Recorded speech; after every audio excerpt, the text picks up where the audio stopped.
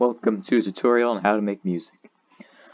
Yeah, I make a lot of music, and I'm sure plenty of people wanted to know how I make my music.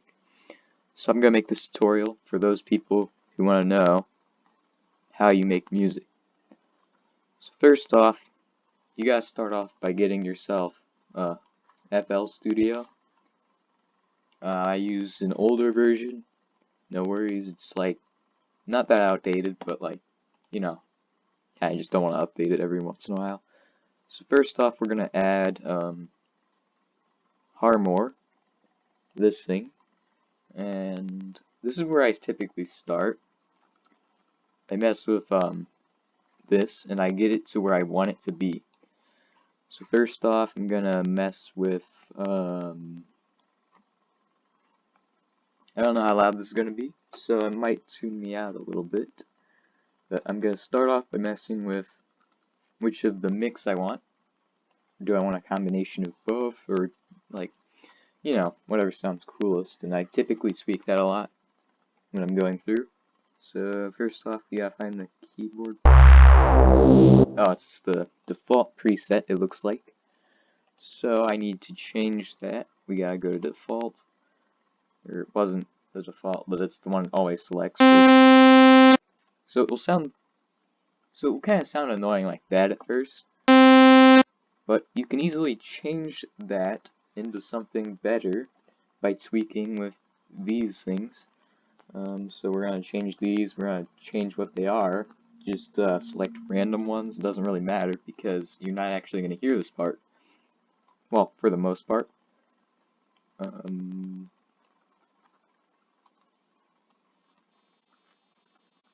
It's a little too high pitched. I think it's because Yep, that's why it's a high pass. So the best way to learn about how you use these is just by fiddling around with them, trying to get the sound you want. Now, as well as that, we'll probably also need to change the pitch a little bit. So, and as you can see, it gets a little less annoying if you take it down a bit.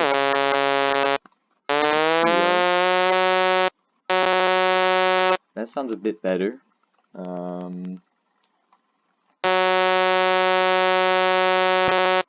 That is still not good. Oh, that's because I have a custom shape too. Let's set it to a, well. Change the width.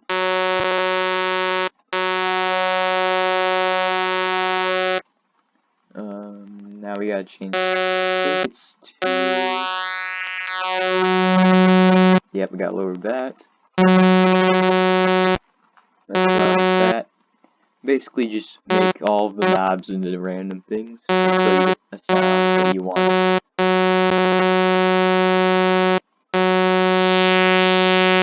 That sounds good. And now we're going to add pluck to it. Which this is optional, really. Sometimes I don't use it, sometimes I do. It depends on what the end result starts looking like. Now let's test what it is. That does sound different. I don't know that I like that. Let's see what this one looks like. I don't know. I don't think I'm gonna change it. Now let's go over to effects. Now this is gonna look very confusing, and I don't know how to summarize this, but like if you move the filter up and down, and you move this one down, and you move that one, and that will create delay, which is, oh, just messed something up. It's basically when the note plays after itself. You can kind of hear it in the background there, right after the note was played. And the more these intersect, the more delay you have, which in some cases that will create an effect where, like, if it's too long, too much intersection, it will make like every note overlap, and that will make every note significantly louder after the first one. Now it's time to mess around with reverberation, which I have noticed it doesn't really do much, but I like to use it anyway, just because it gives it, probably will give it different sounds than like the same old thing. So it's getting closer to what some of my newer songs sound like, or tracks, because they're not really songs, they don't have words. And like I said, I don't know what any of this does, so if you're looking for how to use this, this is not the tutorial for you.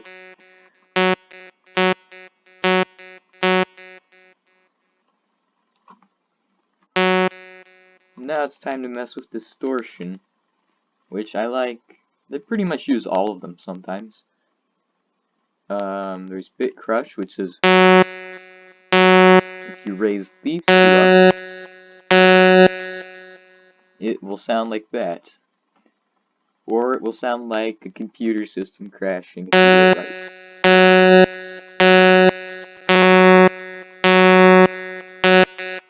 It takes a bit to get the note correct, I've noticed.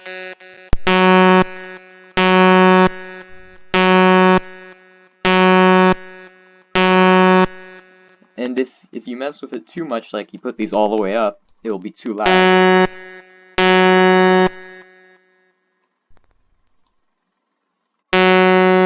So I think we should play around with that for a bit to see if we can get it to the point where it's at its like gold spot. Now, as well as that, you can also use Sim Crush, which is pretty much, I'm guessing it's similar. Sounded interesting. Rubber.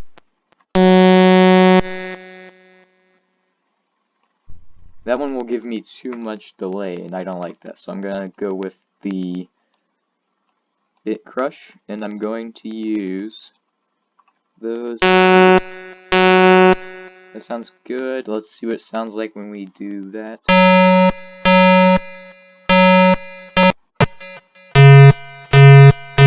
And then when we lower the pitch again. And then playing it at a lower note gives you the sound you want. Now that you have the sound you want, you're probably going to want to close this and get started getting your drums. Now, I typically just use the stock drums because it takes a long time to make drums, and I've never actually done that. So you're going to look for a combination that, if I open up the pattern, once I get some drums, I don't typically use cymbals anymore. A snare and a kick, which those are your two main tools when you're trying to get this right. Now you got a wide selection of these, so you're not limited to what I typically use, but I use the 707 and like is there a, I think I'm in the wrong section. I thought there was more kicks. Oh, those are toms. I use that one, it sounds pretty good. Don't use that one. And I use this one. The GS Real Kick and the Ekit Kick, or yeah, that's it. So now you need to get what sounds right together for you. Doesn't really matter. Well, I guess I do need a symbol. Oh, hold on, that's just me thinking. Whatever sounds right to you. And I'm going to get a symbol anyway, even though I said I don't typically use them, because I can use them, and I have found a way that works very well. So let's just grab a 707. Now we're going to make a drum pattern, or whatever it is, percussion, whatever you want to call it. Now, typically you want to start off by initiating with a one of these, a kick, because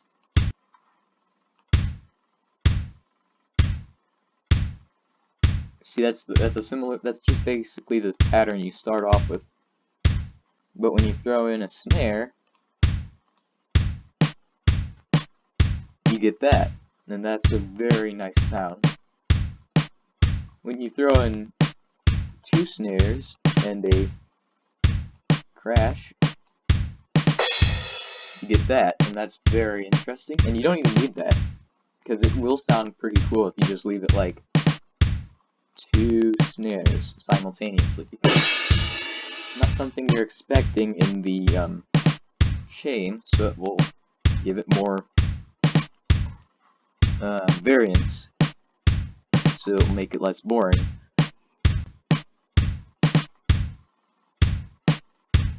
Now we gotta find the sweet spot. I'm gonna turn up the volume a little bit so that way I can hear it better.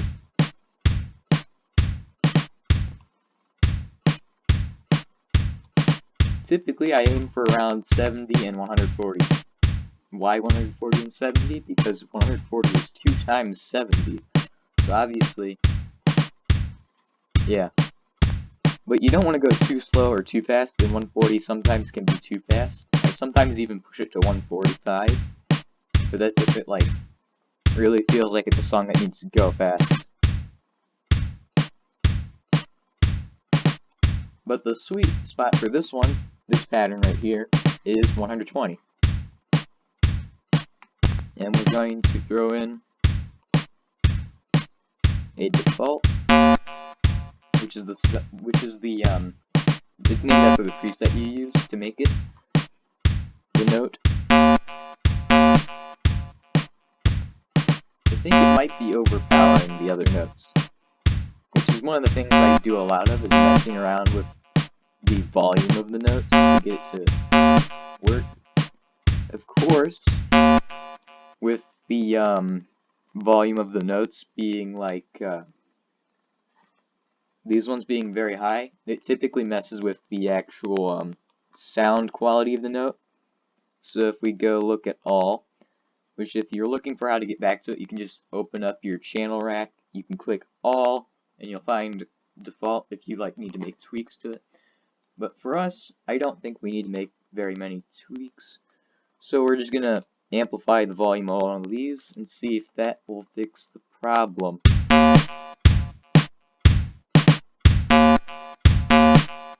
So even in my older music, I actually use a lot of volume to get the right sound effects I wanted.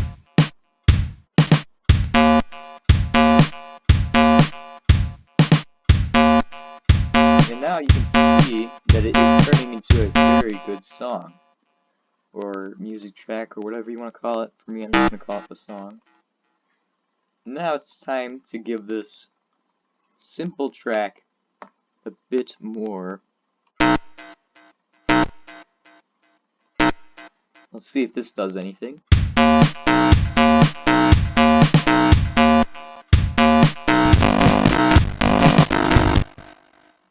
Definitely a very good track right there.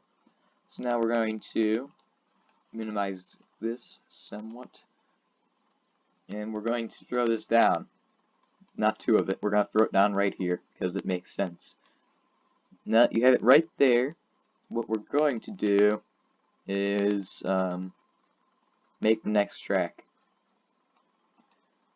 which typically you want to get the notes around the same value on both tracks. So I don't know, I'm not sure if I'm going to want to play that while I'm talking, because it might overpower my crappy microphone.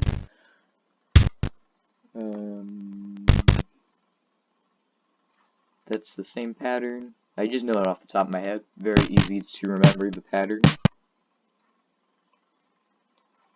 So now, you don't want every track to have the same sound in the percussion. because the percussion is what makes the music. It's basically what makes this sound just not much of a, like, without percussion, this sound would just be a sound. And there wouldn't be any music to it.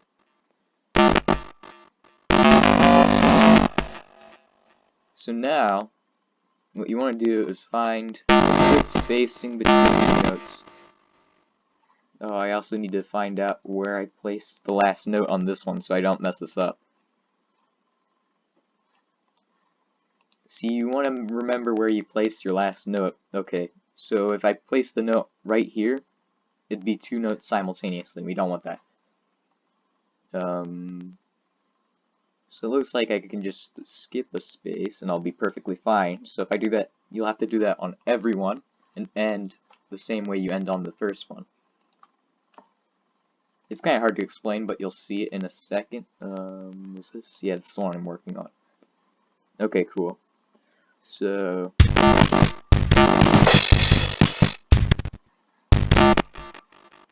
now we're going to take these notes. And as you can see, this is very similar to the first pattern in how it starts here after the first two, and it ends here at the very last section. You want that for, if you did this for your notes, you want to basically have all of your notes like this. Otherwise, you're going to get something like, we'll just say that, and we're not going to even put percussion there because it's not going to matter. It's going to be something like that. Not something you want, because when you have two notes like that, and you got spaces between the other notes, it makes it sound very choppy.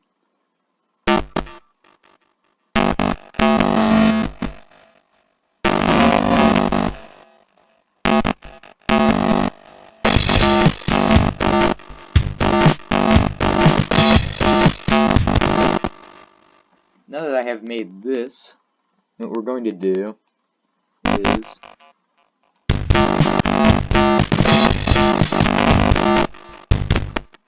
see, when you do this, it gives it a different sound from the rest of your notes. And that's basically one of the ways you can keep it from being very repetitive, while also keeping it yourself from not having to do as much work. As well as that, you can also do this. Basically, you can mix these notes however you want, but you gotta put them very close together, otherwise you'll get something weird like. Actually, in that case, it did sound good, but sometimes it won't sound very good, and you may not want that. So now that we have this pattern, we're probably going to want to do this twice to keep this video very short. Oh, wait, what? What's with that ending? Seems to be a bit longer than I expected. I think I might have thrown in a note randomly. A note past the line. Oh, forgot to put a snare at the end. That's why it didn't look right. Always pay attention to what you're doing, and this is why. Otherwise, you might forget a snare and it might not sound good. It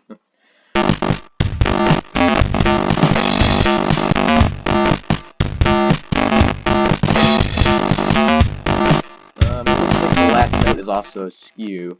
It's missing there too. I completely missed that. Of course, that's very close. I don't want to have the notes that close. I must have messed something up earlier on in it.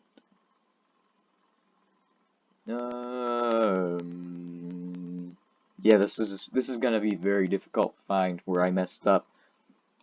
Looks like it goes here, here, here. Oh, maybe it's just natural like that. Let me check the first one. Nope. Oh, I see where I messed up. I didn't put it enough spaces. That's okay. I can make that fixed very easy. So now that we have this, we gotta take this, then magically move it over a bit. Don't click on that arrow when moving. You gotta use the pencil tool.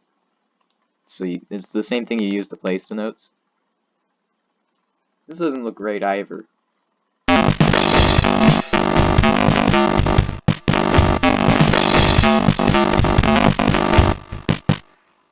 Okay, I need to check this one. Yeah, I think I've spaced it out a bit too much there. Or we could throw in a note in the middle to make it. Oh, why did I have to do that? Now I gotta reconfigure my zoom. I think it's because I didn't exit it right. Anyway, we gotta set up.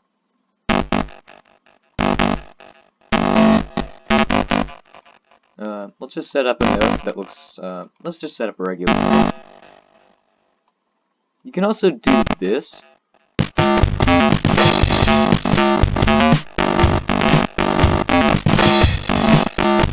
So if you're looking for a bit like you don't like having your regular notes being thrown in between these notes, your other regular notes, maybe you can do something like this to give it a bit less repetitive while also keeping the you know, the pitch the same.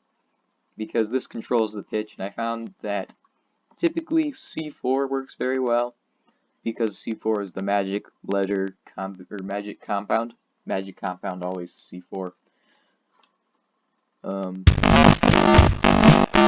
Now it's time to see how well the song sounds. Or yeah, I guess the thing calls it a song now. I guess I have to call it a song.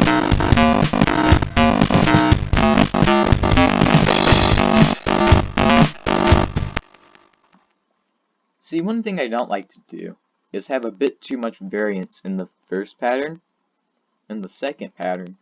But in the case of this song, I think it sounds perfectly okay.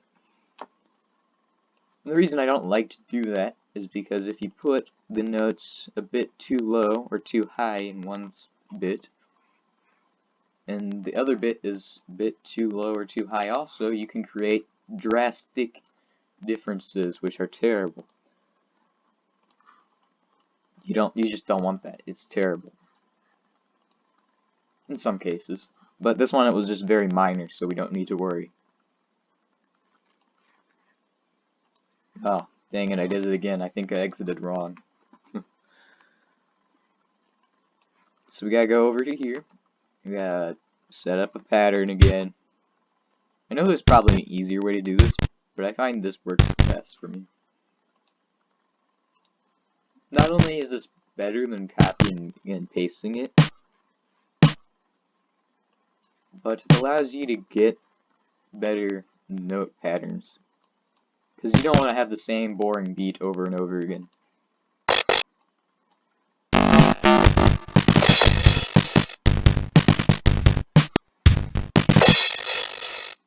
So that's a different pattern than the first ones. So we're going to now start adding the notes. Now I did most of the ones on the other one at whatever it was. I think it's C4. Always is the magic number, and that's how I remember it. Because I always use the same pitch, typically around C4 to C5. Sometimes I go even lower, like above C3, but not at C3. Yeah, you never want to go lower than C3. Unless you're trying to make something like, really ridiculous. Snare, kick, oh, default, there it is.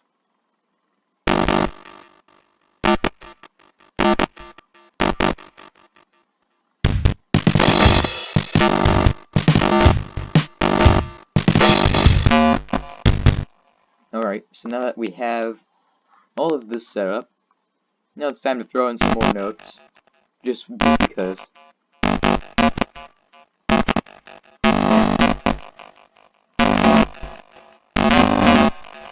Sometimes you can make a song faster in some sections than the other, and I did that earlier in the past week or month.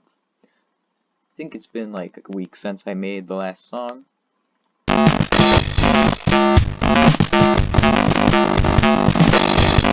Okay, and there's an example of what happens if you make something too repetitive. So, to make it less repetitive, we're just gonna do one upside down.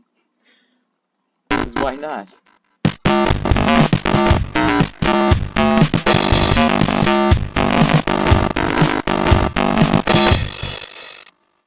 And there's one way you can make it less repetitive, by throwing the notes upside down and in different patterns. Now, it's time to work on more of the actual song, because now we have 3 of these, and I typically go up to around 5 or 4 or 5, sometimes even 6, like I'll do 5 of the actual patterns, and then make the ending pattern, which is the 6th one, the very last pattern. It never gets played earlier in the song, so that's, I don't know if anybody's ever noticed that, if they've been listening to my music, but I don't ever play the end before, like, on the songs that actually have an ending. I never play the end for the, before any of the other notes, because it always is the last one I make, and I make it right as I'm finished. Unless it's one of the songs that I made and it just uses the intro as the ending, and has an ending before the intro that is the ending. That's a mouthful.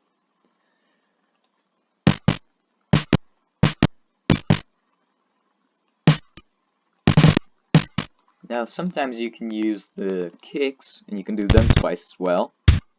We're going to see how well that sounds.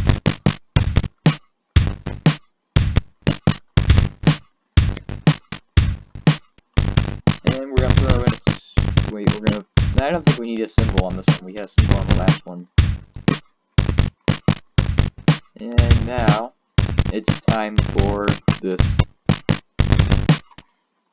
We're going to make the notes.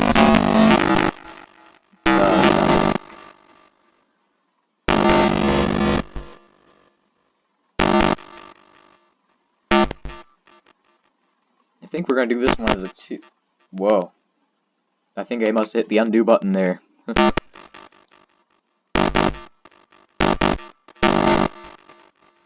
Now,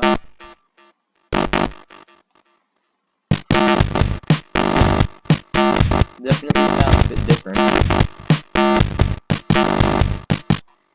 And now it's time to throw in some more of the old, random, seemingly nonsensical note patterns, because they actually make the song sound very good when it just makes no sense. Of course, it always ends up low.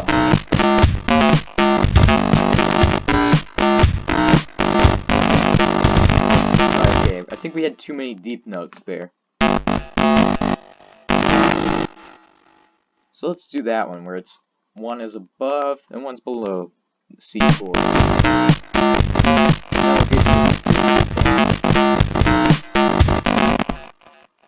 There we go, we've got that pattern done. Now it's time to move on to the final set of patterns, because now that we have 4 of these, we have 1, 2, 2, 3, 3, or 3, 4. Which now we just have to work our way to the 30 or 40-second mark using what we have. Maybe we'll need to make a 5th one, but the fact that it is a very low tempo allows us to not have to do that for the most part. The slower your tempo is, the better, if you really just don't want to make a very long song. I've had some that have gone all the way up to 40 in the past, so let's start off with making pattern. Oh wait, hold on, we don't need another pattern yet. We'll just use pattern 1 now. This.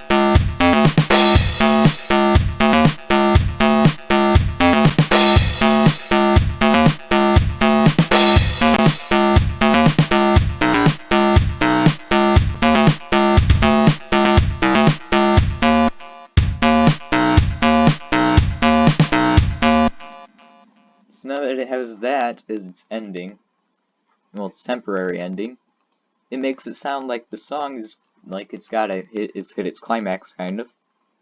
So now it will allow us to do more with the notes, because now the people who are listening to it will feel like it's not repeating a similar pattern over and over again. That's why you always want to mess up the order of your patterns as well. To get the least work done, but to create an actual song, typically I do it around 30 of these bars. And you can also mess around with automation clips and making the tempo go faster in some sections. But anyway, let's just do a simple pattern here. We'll do two 4s, or yeah, I think we could do 2 2s there. No, let's do a 2, a 4, and then a 3. And then we should be able to get close enough. Yeah, we're close enough to 30 that we can make a new track to throw in there. Now, this video has been very long, so yeah, it doesn't really matter at all, but definitely has been very long. But it's filled with some of the most quality information you can get. There. Let's do the snares. We'll have to make this one 3 bars long, so it's going to be an additional section longer than the other one. And then we'll do it another 2, so it's going to be around 5. Now the reason why I'm going to do that is because to make the actual ending, the snares and the drums and things will keep going for a bit after the actual notes just stop. Sorry about that. But yeah, 6, that's good. Time to do the snares. Oh, no, these are kicks. 1, 2, 3, 4, 5. Now you want to make because this is a very long pattern section area thing, you'll want to mess around with these a bit to make it less repetitive. We'll throw in one of those. We'll do some other stuff to the snares. We'll do it. Let's see how a triple one sounds. We'll lower it down. Oh, it's the song.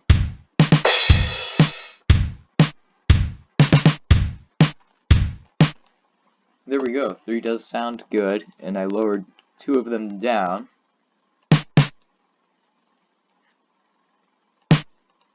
Let's see.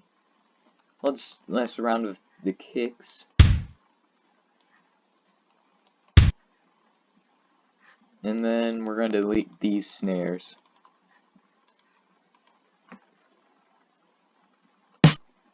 Then for the very end, we'll do something very special. We'll just throw in a crash.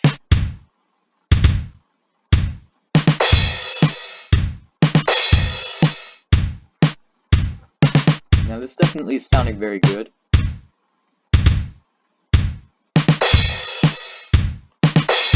You could definitely make it better though. Let's add kicks to make it. Let's change these to kicks as well.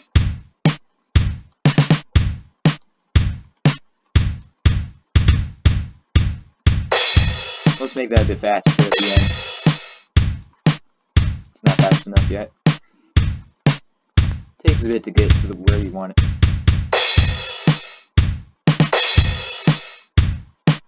And that looks good.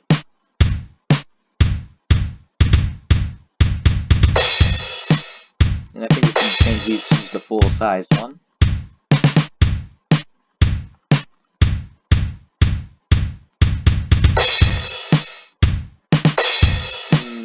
Yeah, I think that's good. I think it's good. I mean, it definitely sounds like it's lacking a bit, but it could just be me. So now it's time to make the very final pattern. And this needs to follow the same rules as all the other patterns, with the exception of the very end, which is going to be the final 2 bars. So, we'll do 2 of those. We'll keep doing these. And then we're going to work on the ending after we make the actual pattern.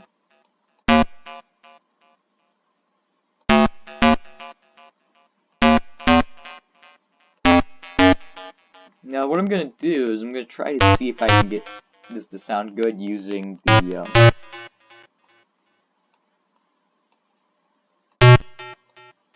it's going to kind of sound very high pitched at the end. That definitely did sound good because you can go up to E5 and make these notes.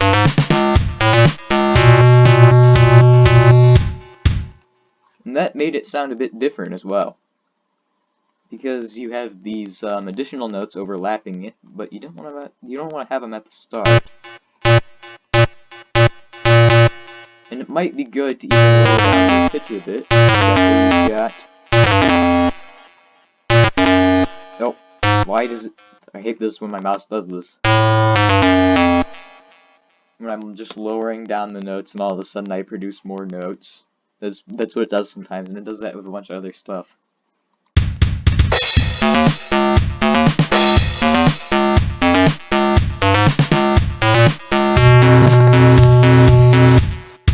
Okay, that didn't sound too bad.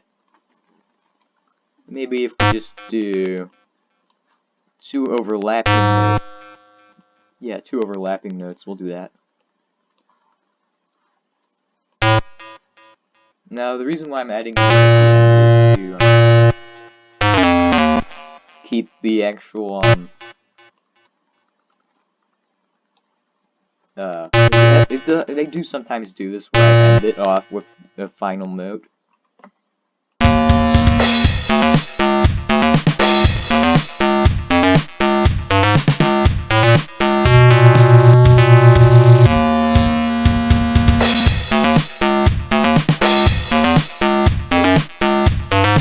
See how this sounds.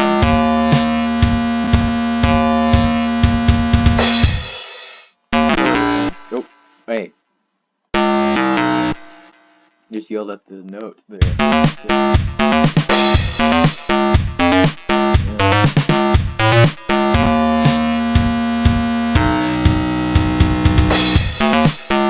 Okay, there's too much difference between these two. We'll have to do some very simple magic.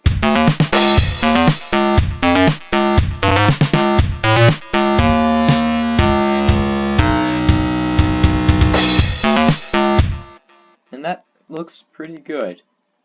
Also sounds pretty good, so let's throw that at the very end. And it took me over 8 minutes to make that very final section. But no worries. Because time wasted is music made. And yeah, that's what it looks like, and I'll give one quick here. I'll also be publishing this song to YouTube. No worries. Yeah, we'll just play this one really quick.